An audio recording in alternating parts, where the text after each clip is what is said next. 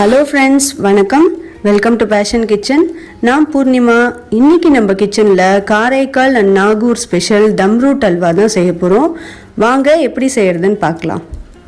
கடலை பருப்பு ஒரு அரை கப் அளவு எடுத்து நல்லா வாஷ் பண்ணிட்டு 2 விசில் அளவு குக்கர்ல விட்டு எடுத்து வச்சிருக்கேன். இது கூடவே நம்ம முந்திரி பருப்பு பாதாம் பருப்பு ரெண்டுமே போட போறோம். முந்திரியும் பாதாமும் நல்லா ஹாட் வாட்டர்ல சோக் பண்ணி எடுத்துட்டு பாதாமை மட்டும் தோல் உரிச்சிட்டு நம்ம இது கூட போட்டிருக்கோம். இப்போ இதை நல்லா பேஸ்ட் மாதிரி அரைச்சிட்டு வரணும். லைட்டாக தண்ணி வேணுன்னா விட்டுக்கலாம், ரொம்ப நிறைய தண்ணி விடக்கூடாது. நல்லா திக் பேஸ்ட்டாகவே அரைச்சி எடுத்துக்கோங்க. இப்போ இது நல்லா அரைச்சிட்டு வந்துட்டோம். அரைச்ச பேஸ்ட் பார்த்திங்கன்னா இந்த மாதிரி இருக்கணும். ஒரு அகலமான பாத்திரம் எடுத்து அதில் 2 கப் பால் ஊற்றிருக்கேன். பால் கொதிச்சு வரணும், அது வரைக்கும் நம்ம வெயிட் பண்ணணும். பால் நல்லா காஞ்சிடுச்சு, இந்த மாதிரி கொதிச்சு பொங்கி வரணும். அந்த மாதிரி ஸ்டேஜில் ரவை ஆட் பண்ண போகிறோம். ரவை 1/2 கப் ரவை போடுறேன். ஏற்கனவே நான் நெய்யில் ரோஸ்ட் பண்ணி வச்சுருக்கேன். இந்த ரவையை நல்லா கட்டி இல்லாமல் கலந்து விட்டுட்டே இருங்க. ஒரு 6 to 7 மினிட்ஸ் இந்த மாதிரி கலரணும். பால்லாம் நல்லா ட்ரை ஆகிடும், அது வரைக்கும் கலக்கணும்.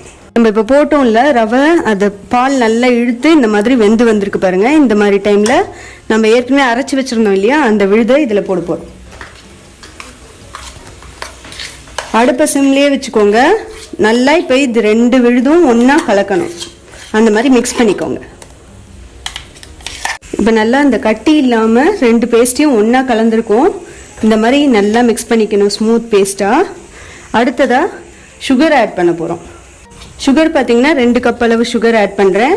இப்போ சுகர் நல்லா மெல்ட் ஆகி வரும், அது வரைக்கும் நம்ம கலந்து விட்டுட்டே இருக்கணும். அடுத்ததாக ரெட் ஃபுட் கலர் ஆட் பண்ண போகிறோம். நல்லா இந்த கலர் ஒன்றா மிக்ஸ் ஆகிற வரைக்கும் மிக்ஸ் பண்ணி விடுங்க. அடுத்தது கொஞ்சம் நெய் விட்டுக்கு போகிறோம்.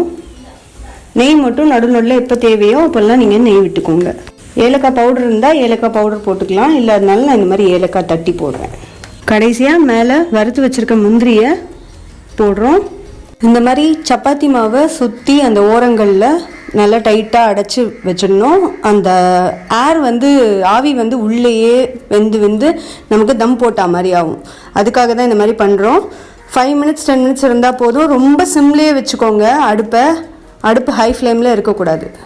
டம் போட்டு 10 நிமிஷம் ஆயிடுச்சு. நான் டோட்டலாக அந்த சைடில் இருக்க மாவெல்லாம் எடுத்துட்டு நான் இப்போ ஓப்பன் பண்ணி பார்த்துருக்கேன். பார்த்தீங்கன்னா நெய் நல்லா பிரிஞ்சு வந்திருக்கு. இதுதான் ஸ்டேஜ். இந்த அளவு வந்தோடனே நம்ம அடுப்பை ஆஃப் பண்ணிடலாம். சூப்பரான ரொம்பவே டேஸ்டியான தம்ரூட் அல்வா ரெடி ஆகிடுச்சு.